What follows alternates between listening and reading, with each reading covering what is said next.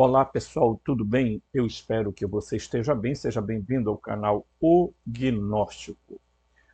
Se você está novo no canal, se inscreva no canal, toque o sininho de notificação, deixe seu like, compartilhe o vídeo e divulgue o canal, tá certo? E se você quiser nos ajudar, colaborar, ser um mantenedor, um incentivador do canal, você pode fazê-lo pelo Pix, robson.rmt@gmail.com, robson.rmt@gmail.com, ok? Nós estamos fazendo aí uma série de estudos, inclusive nosso grupo no WhatsApp, né? A gente está sempre postando lá material, né? Algumas reflexões, certo? E a gente está tentando ajudar as pessoas a entender um pouquinho sobre essas questões da gnose, ok? Inclusive, na minha última postagem lá, eu coloquei algumas questões, né? Tipo, a diferença, pessoal, que existe entre a cabala e a gnose, porque existem. Aí algumas pessoas elas ficam recorrendo a uma ideia que é a da tal bendita gnose primordial. Tá?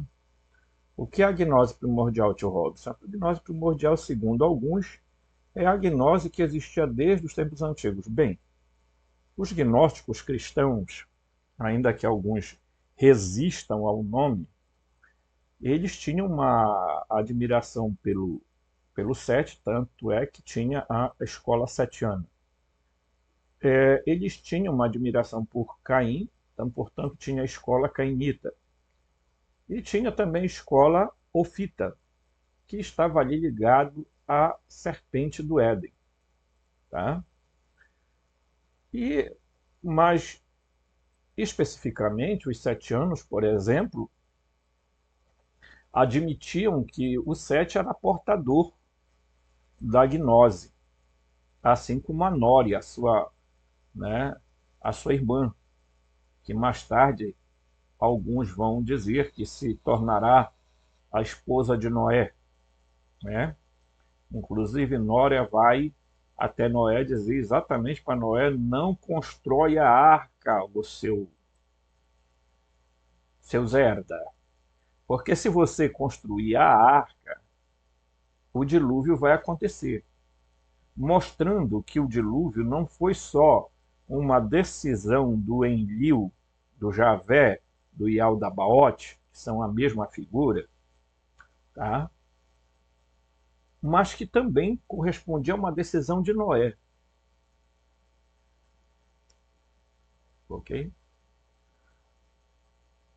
Então é preciso a gente ter bastante noção desses aspectos, porque há muita coisa que é dita e que passa a se tornar verdade.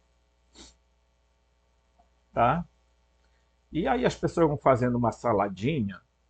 Veja, eu aqui pego os textos sumero-acadianos, os textos ugaríticos, os textos de Nag Hammadi, porque preste bem atenção, eles nasceram no mesmo, ali na região do Levante, naquela área ali, ok? Certo? Por exemplo, quando você fala de, de que os gnósticos eram, eram egípcios, outros eram persas, etc. e tal, vale lembrar que os gnósticos cristãos, em sua grande maioria, eram helenistas, judeus de língua grega. Tá? E, claro, tinham os outros grupos que se tornaram cristãos, gregos, romanos, etc., e outros que aderiram à mensagem de Cristo. Ok? Então, a Cabala, ou a Cabalá, como alguns pronunciam, né,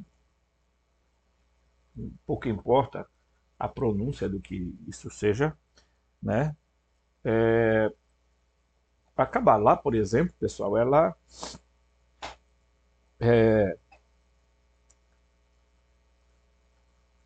surge muito tempo depois da gnose cristã, tá?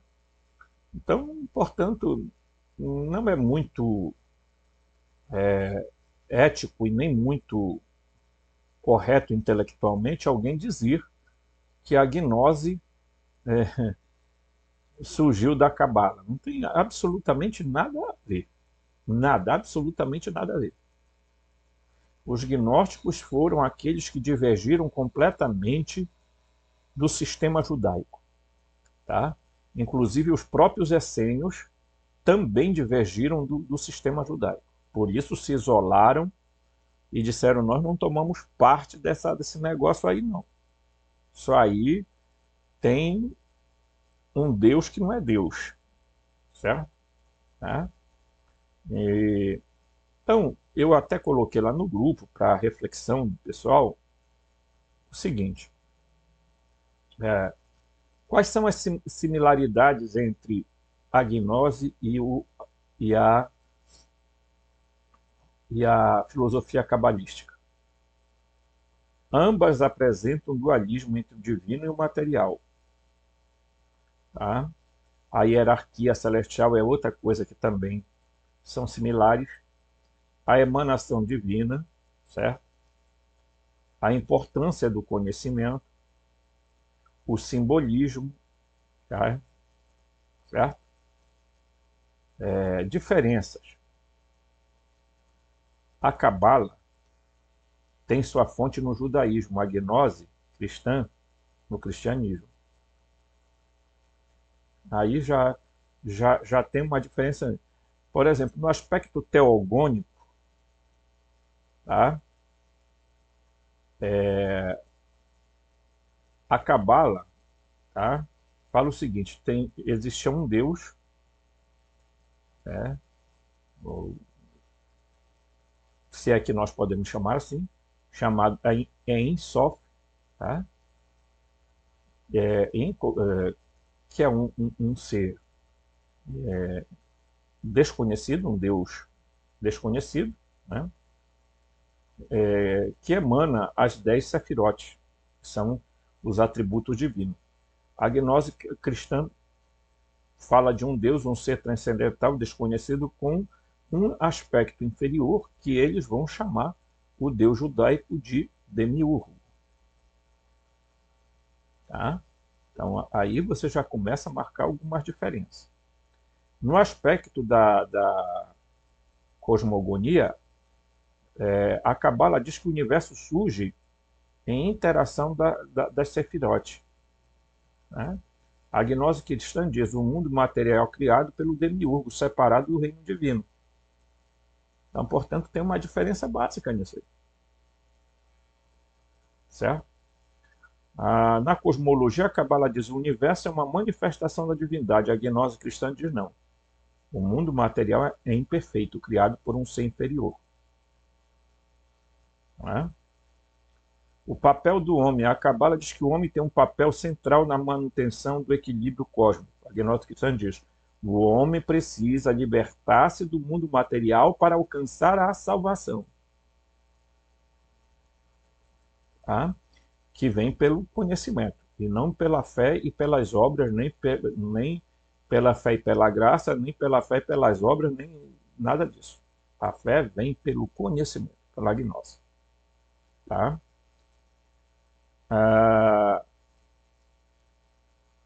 A Cabala diz que a salvação, a solteria, né, vem através do conhecimento da observância da lei mosaica.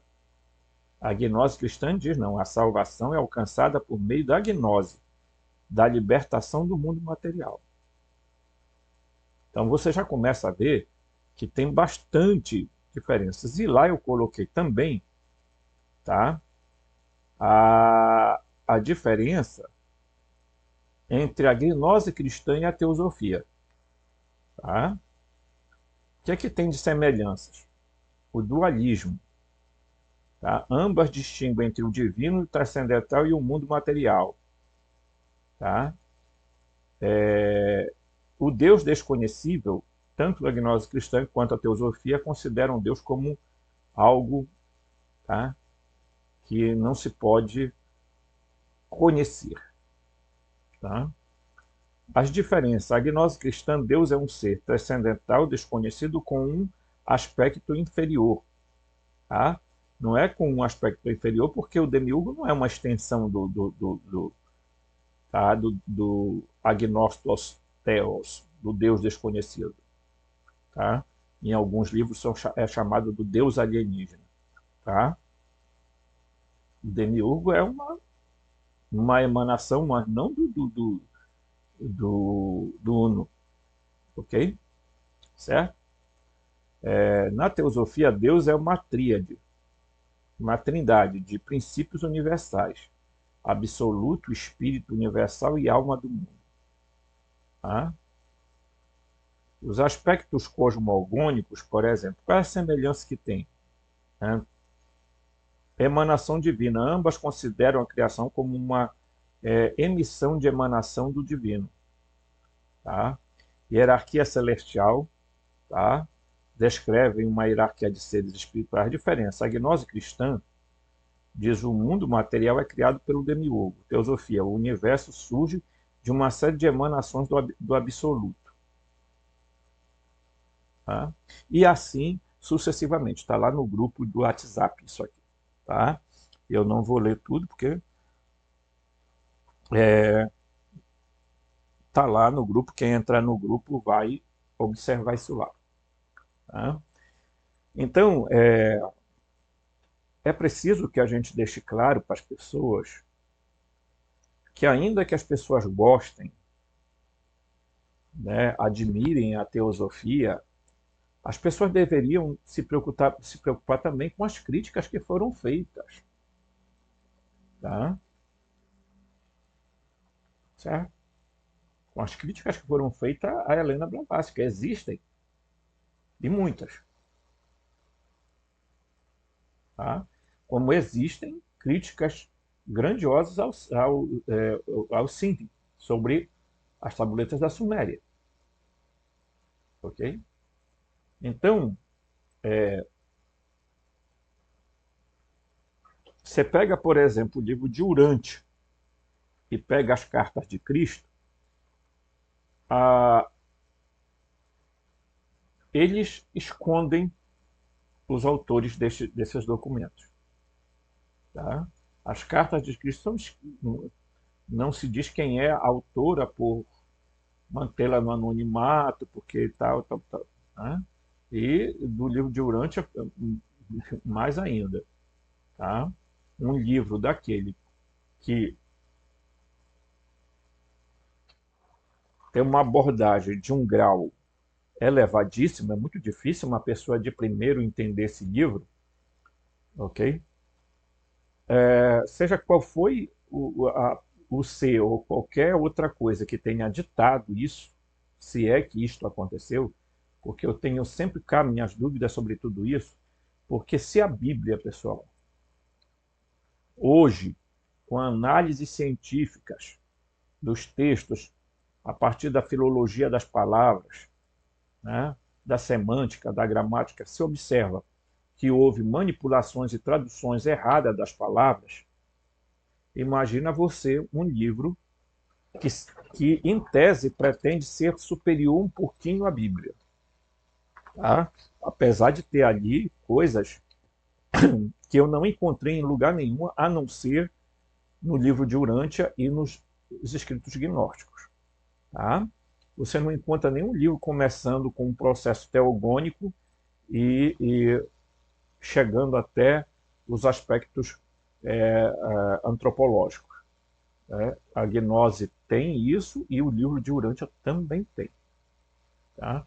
Ainda que alguns não gostem, né? Porque eu já observei que tem muita gente que não gosta do livro de Urântia. Correto?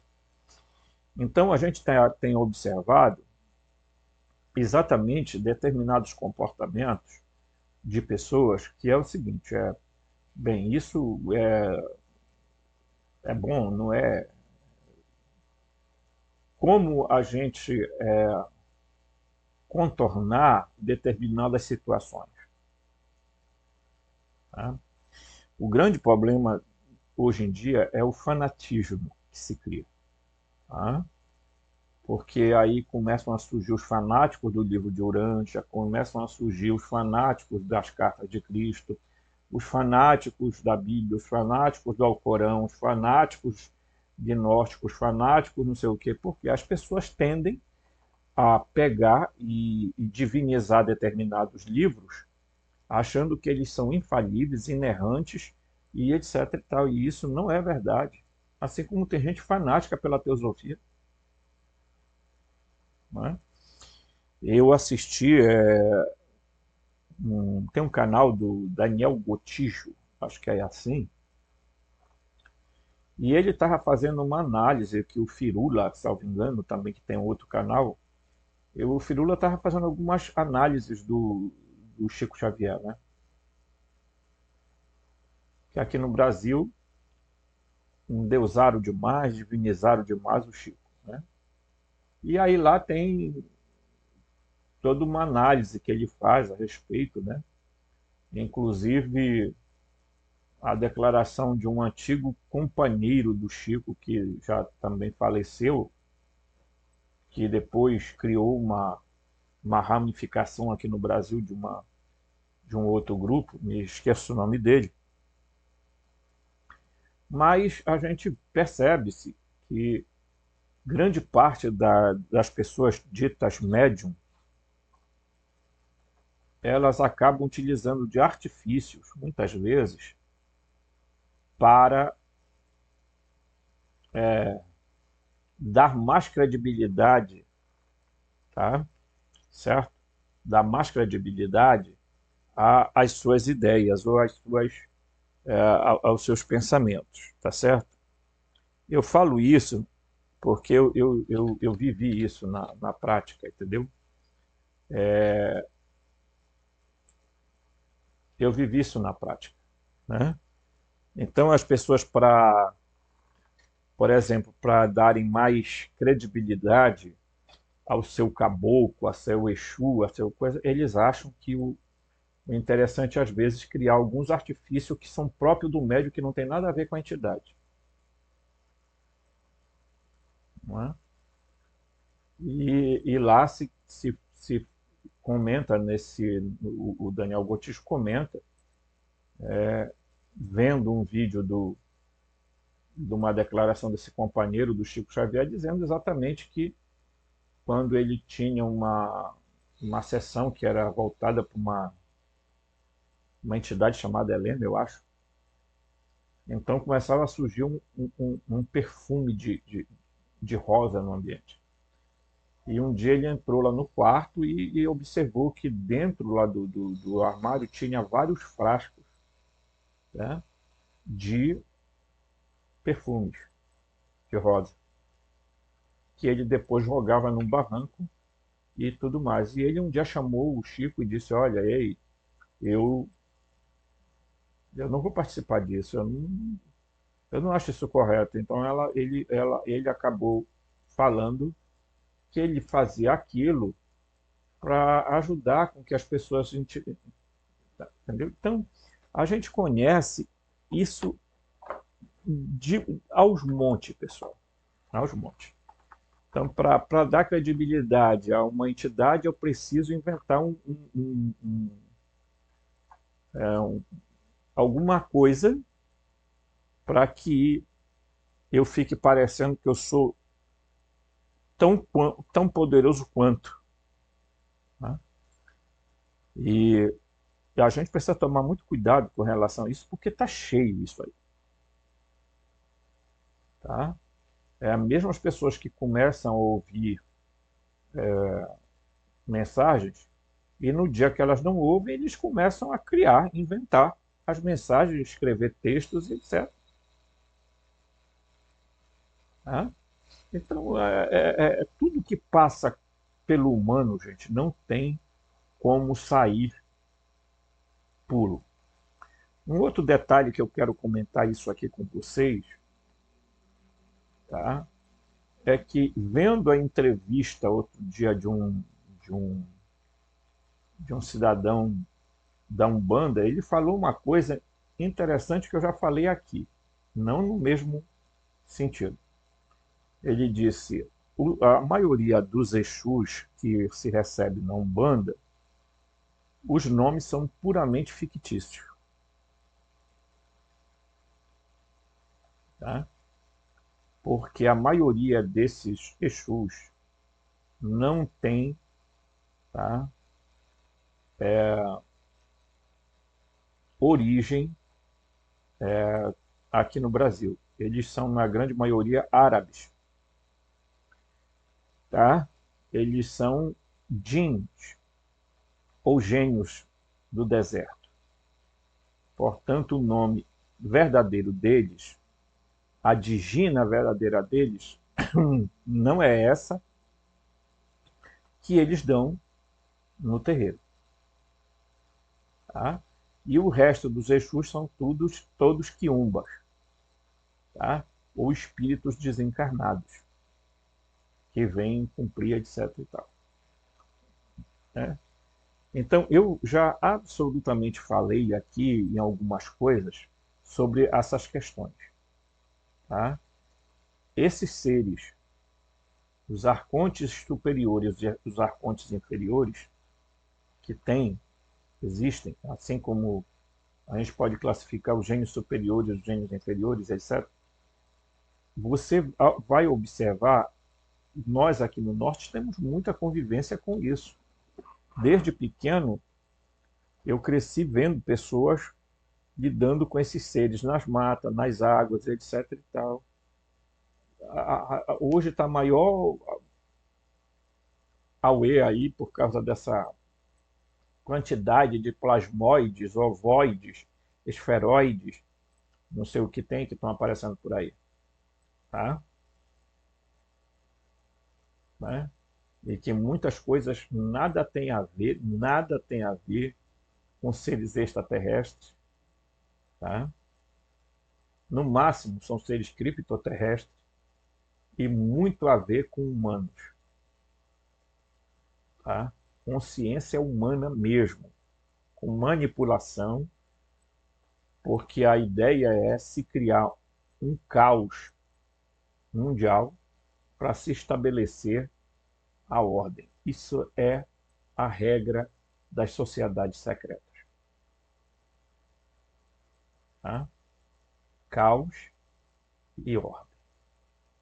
Então, quando eles querem estabelecer alguma coisa nova no planeta, nessa nossa realidade, eles começam a inventar uma série de situações.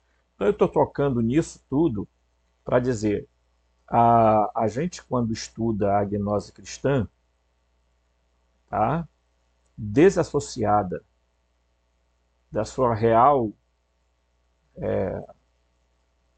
da onde de fato ela surgiu, né? Ela não caiu do céu, ela foi feita por pessoas da Terra, humanos, ok?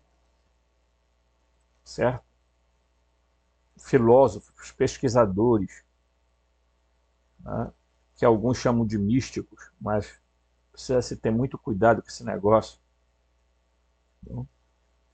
Então a gente precisa ter muito cuidado porque a mística não se sobrepõe à lógica e à razão.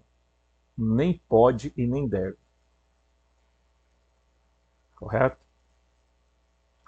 Então, eu estou estudando aqui um texto do, do John Lambilage, e o John Lambilage é um ecognóstico, quer dizer, um gnóstico ecologista. Então, ele faz uma interpretação da gnose ligada a aspectos da ecologia, chamando a Sofia de Gaia, fazendo uma análise que, em algumas partes, muito interessante e aproveitável, e outras, consideravelmente, uma coisa que não vale a pena a gente levar isso para dentro de nós. Por quê? Porque eu sou contra a ecologia? Não, porque está se confundindo as coisas. tá? Isso é uma interpretação dele. Não está em nenhum dos escritos, nenhum dos códices que a Sofia virou Gaia. Não tem. Tá? Uma parte que se desprendeu de Sofia se tornou anima mundi, a alma do mundo. Tá? Certo? A doidinha aqui começou, né? Vocês já viram, ela já vai começar, ó, tá vendo? Ó, aí ela começa com essa doidicinha dela, ó, né? Aí a gente começa a ter que ajeitar aqui, ó, gente. Aqui, aí eu vou trazer para cá, isso, tá? É assim mesmo, é assim mesmo. Vai gravando e se eu vou para cá, ela vai. Eu espero que ela não vá, porque se ela for, eu vou. Tá meio tonto aí? Não, né? Então tá. Vamos aqui dar uma olhada no texto, tá? No texto aqui. E vamos verificar algumas coisas interessantes desse texto, tá? Sobre a gnose, gente, existe muita coisa mesmo, entendeu? Mas infelizmente, diríamos assim, a gente tem uma certa os materiais são muito escassos e quando muito, fora do Brasil tem bastante material, gente, mas dentro do Brasil é muito pouco os materiais existentes, tá? E quando tem, algumas interpretações são completamente espiritualistas, esotéricas, misturado com teosofia, que às vezes a gente fica até com medo de comprar o livro, entendeu? Certo? Muito bem. Os gnósticos ensinavam que o núcleo do potencial humano é a nossa faculdade de imaginação, que chamavam de epinóia da luz, ou epinóia, para distinguir da fantasia. Tá? Então, a palavra epinóia, imaginação, é diferente da palavra fantasia do grego também, que quer dizer exatamente aquilo que é fantasioso. Certo? Da fantasia, mero faz de conta ou fingimento. Tá? A fantasia pode ser um faz de conta e um fingimento. Por isso que a gente, depois que eu comecei a estudar a gnose, eu me afastei de muita coisa que se dizia por aí espiritual, porque às vezes tudo não passa de fingimento e de fantasia.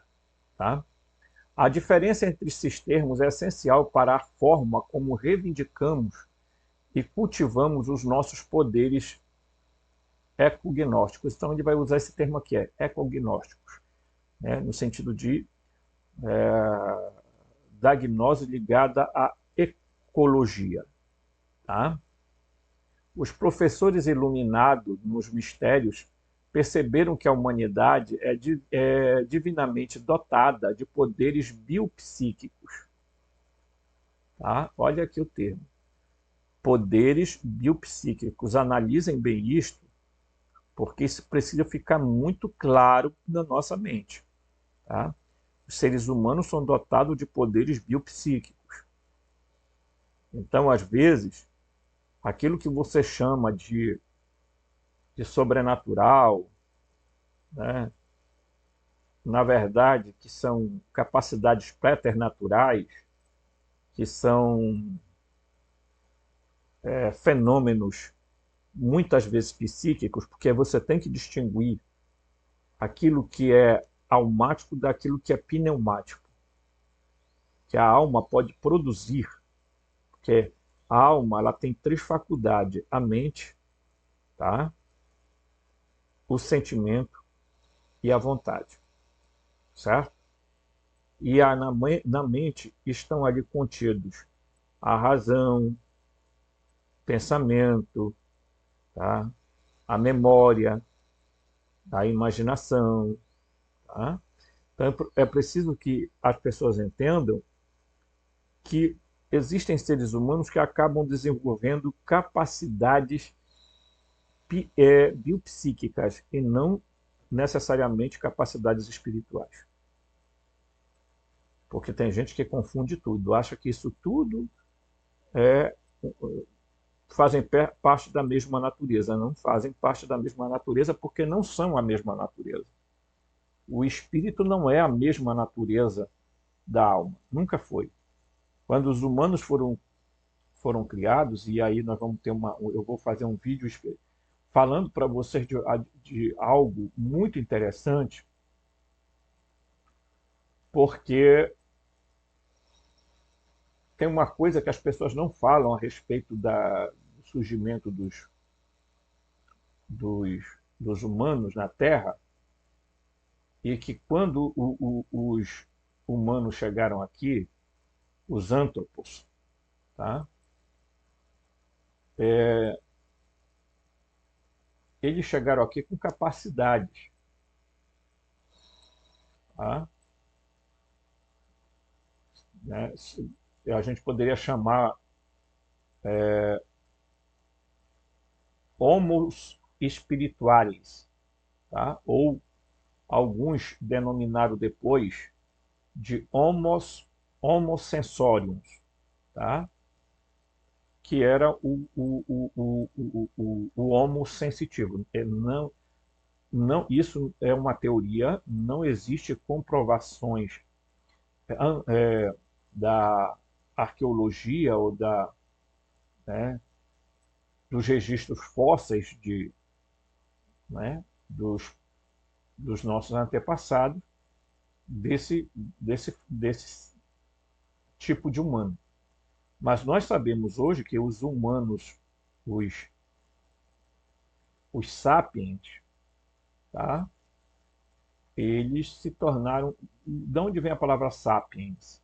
Vem de sabedoria. O homem sábio. Tá? Nós sabemos que depois tem o Homo sapiens sapiens, o homem sábio mais sábio, né? Sábios dos sábios, ou sábio sábio, uma evolução. E nós sabemos que a maioria das outras espécies dos homos, tá? Foram destruídos pelos sapiens, tá? Ou foram absorvidos por eles. Por isso que quando eu falo aqui das 12 raças humanas, muita gente diz assim, mas como comprovar isso? Bem, há um monte de coisa que é dita em nome da ciência que não tem comprovação nenhuma e que vira verdade de fé. Tá? Algumas coisas, por exemplo, do tipo que o Darwin falou, o Darwin é uma teoria, não é uma ciência comprovada. Mas todo mundo ensina isso em escola, ensina isso em um monte de lugar e absolutamente não tem muita coisa, não tem comprovação, gente. O Darwin criou a teoria da evolução e todo mundo embarcou nessa. Inclusive, a gente vê correntes espiritualistas falando muito de evolução, evolução, evolução, que o ser, tudo evolui, de fato, tudo se transforma, tudo vai mudando, é verdade também, né? Inclusive, o próprio livro de Urântia diz que a própria deidade também evolui. Nossa, mas ele não é perfeito? Se ele é perfeito, como é que ele pode evoluir? Né? Ele evolui, gente, não porque ele não seja perfeito. Ele evolui porque, à medida que ele está em contato com suas criaturas, tipo a centelha divina que vive em nós, ela é a parte dele. E vocês imaginam o quê? Que esta centelha divina está evoluindo com a gente. Portanto, está também passando as informações para ele e nos capacitando, tá, para vivermos no pleroma, de onde é a nossa origem. Então, os antropos, tá, quando chegaram aqui, que eles não são originados, até já falei para vocês que os humanos, quando chegaram aqui à Terra,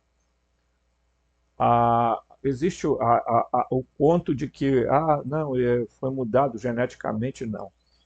O que se fizeram foi a tentativa de se tirar o poder que os humanos tinham, tá? As habilidades que eles tinham. Então, eles fizeram modificações, tá, genéticas, não para criar um ser humano melhor, mas para tirar habilidades que eram inerentes à própria natureza do ser. Tá? E eu vou falar sobre isso num vídeo em que eu vou mostrar como os gnósticos viam esses aspectos dos antropos, tá? E por que eles chamavam o Bitos de primeiro homem, tá? E o o autogênese de segundo homem, e por que eles chamam, tá? O Espírito Santo de a primeira mulher, tá? E por que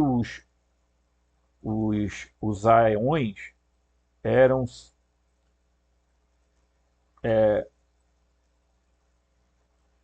seres que, segundo alguns, eles tinham as duas polaridades, né?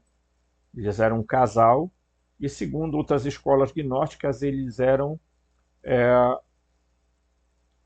uma espécie de um único ser que tinham as duas polaridades na própria essência deles, tá? Então, alguns chamam de hermafroditas, certo? Que eles seriam isso. Isso eu já expliquei em alguns vídeos. A gente olhando o Gênesis 1, por exemplo, te percebe claramente que, inclusive, a interpretação de alguns rabinos é de que realmente Adão e Eva teriam um corpo só. Inclusive, tem rabinos que ensinavam que o Adão teria nascido com uma espécie de colagem de dois corpos, tendo a cabeça feminina e outra masculina, né? E alguns ensinam que eles eram andrógenos, né? Eles eram únicos, tanto é verdade que essa polaridade existia neles, então isso era que fazia com que eles mantinham uma diferença, né? E que a cirurgia que eles vão fazer, contada no Gênesis 2, é a tentativa de extrair esse poder chamado zoético, ou, né, essa, diríamos assim,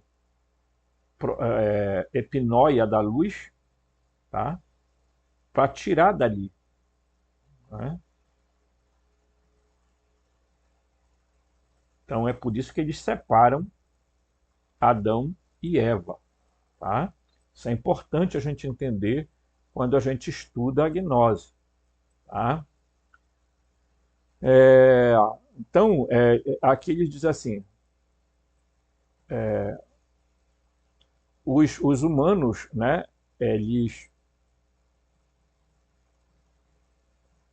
tinham uma concepção precisa dessas faculdades, onde se originam no divino, né, que eram esses capacidades biopsíquicos aqui, tá? Certo? Do reino divino sobre o humano, e como eles estão e como elas estão instaladas no organismo humano, tá? Consiste com a sua visão da existência pré-terrestre da espécie humana. Está aqui, ó. Olha aqui, ó. Vou grifar aqui, ó. Por que eles tinham a concepção, tá, de que os humanos tinham capacidades biopsíquicas? Mas se a gente quiser, a gente pode ampliar isso aí, tá? biopsíquicas pneumáticas, certo? Por que que eles sabiam? Por que que eles diziam que eles tinham isso? Porque eles acreditavam da origem pré-terrestre dos antropos. Como os antropos não eram da Terra, eles eram do pleroma, eles eram de um outro mundo, evidentemente que ao chegar na Terra eles conservaram determinadas capacidades, pessoal. Capacidade de teletransporte, capacidades de, por exemplo, se materializar e desmaterializar, capacidades, enfim, tá? Aí o que é que acontece? Os arcontes e o demiurgo disseram não, nós não podemos deixar eles com esses poderes, porque senão eles não vão se submeter a nós. E vale lembrar que esses seres, pessoal, é um negócio interessante, porque quando a gente chega lá no Novo Testamento, e eu não vou entrar na minudência agora sobre isso, mas há uma explicação muito lógica. Tá? Existe um livro chamado Anatomia de Deus, acho que não tem no Brasil, mas essa estudiosa, Francesca, tá? Ela exatamente vai mostrar que quando os escritores da Bíblia descrevem o Deus da Bíblia com aspecto humano, não é que eles tivessem. Não, isso era uma visão antropomórfica, que os teólogos vêm com essa conversa, tá, gente? A negação do humano é tão forte que eles vêm com essa alegação de que isso é uma visão antropomórfica, que era uma forma de dizer algo indizível. Não, a verdade é que esses seres, o Javé mesmo do Antigo Testamento, eles usavam termos como Ish para ele. Ish em hebraico queria dizer homem. Né? Queria dizer homem. Eu tenho até isso anotado aqui. Né? Quer ver? Eu vou já ver aqui onde eu anotei.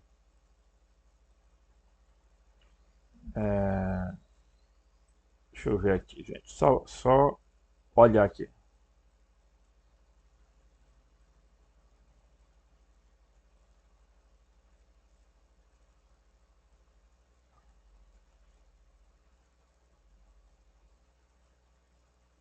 E aí, olha, eu vou encontrar aqui, ó.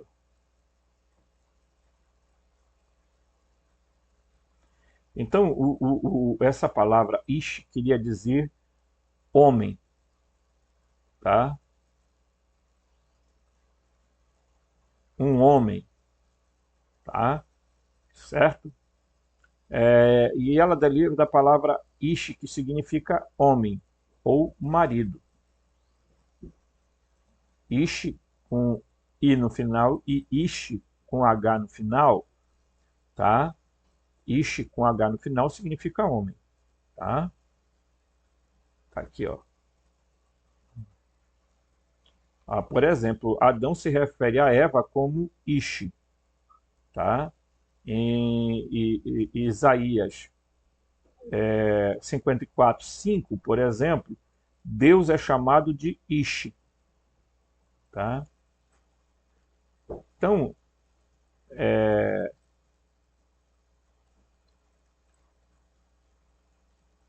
você observa que quando eles usavam esse termo, eles estavam se referindo ao aspecto de que realmente ele era assim.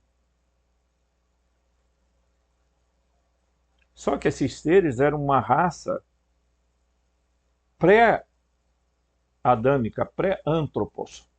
Eles já existiam na Terra antes dos antropos chegarem aqui.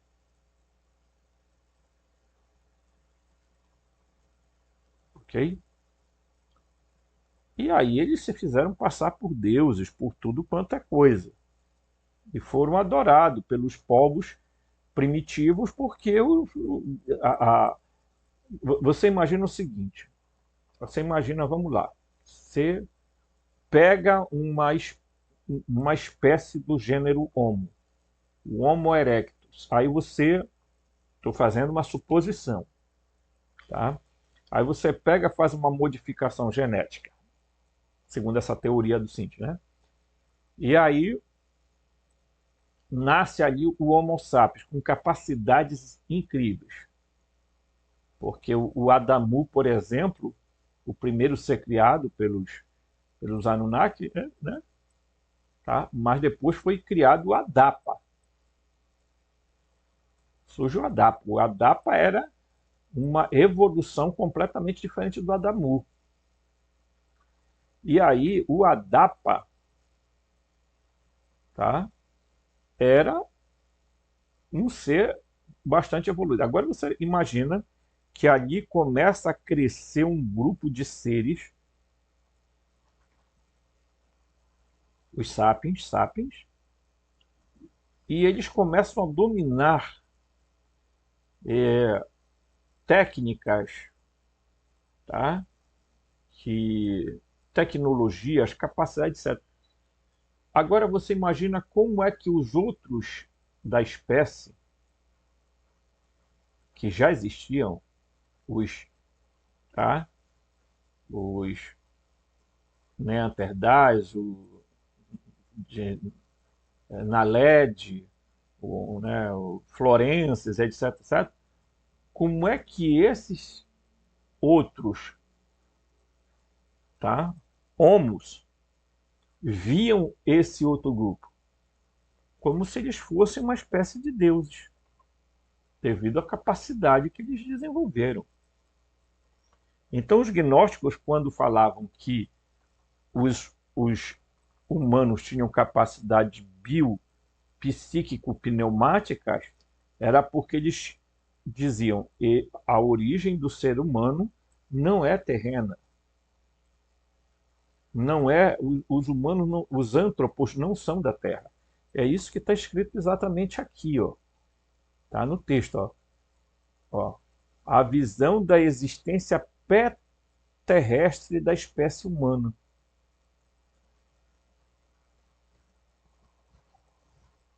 Ok? Aí ele diz assim, o antropos, né? O antropos, que é citado nos textos gnósticos, são vistos lá no Pleroma. Tá? Eles imaginaram um conjunto de faculdades ecognósticas, ele usa esse termo, eu vou respeitar o texto dele, tá? Apesar de eu não concordar. Implantadas no complexo de esporos atrópicos, né? O genoma humano, por assim dizer, eles conceberam esse conjunto como fundamentado em uma faculdade básica única que pressupõe 3 permutações. Tá? Então, veja o que está sendo dito aqui. Tá? Então, no genoma humano, os antropos chegaram à Terra e trouxeram características biopsíquicas, tá?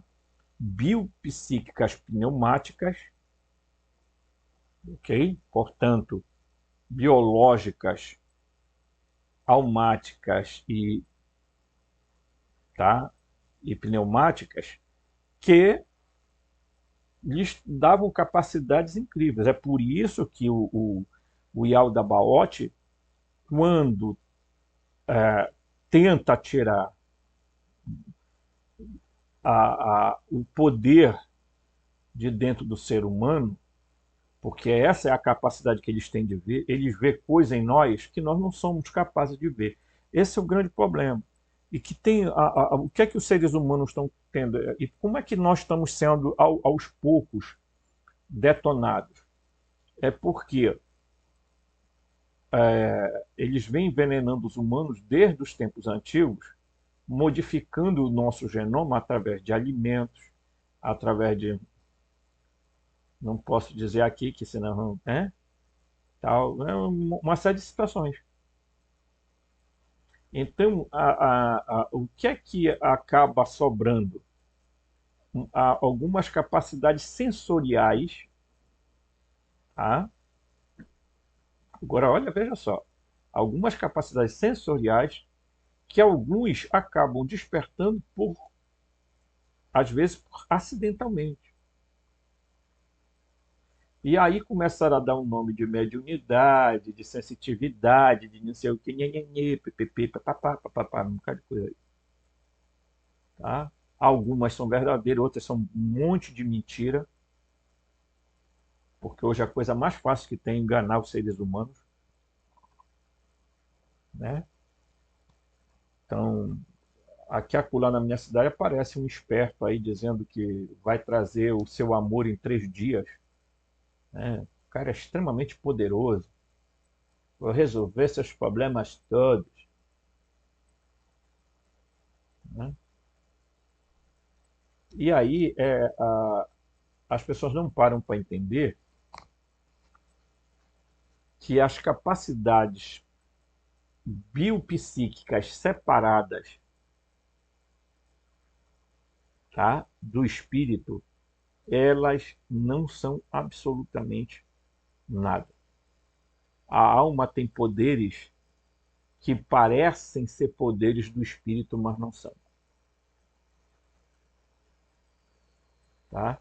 Porque os poderes do espírito propriamente dito, eles resolveram tirar do genoma humano lá atrás, tá?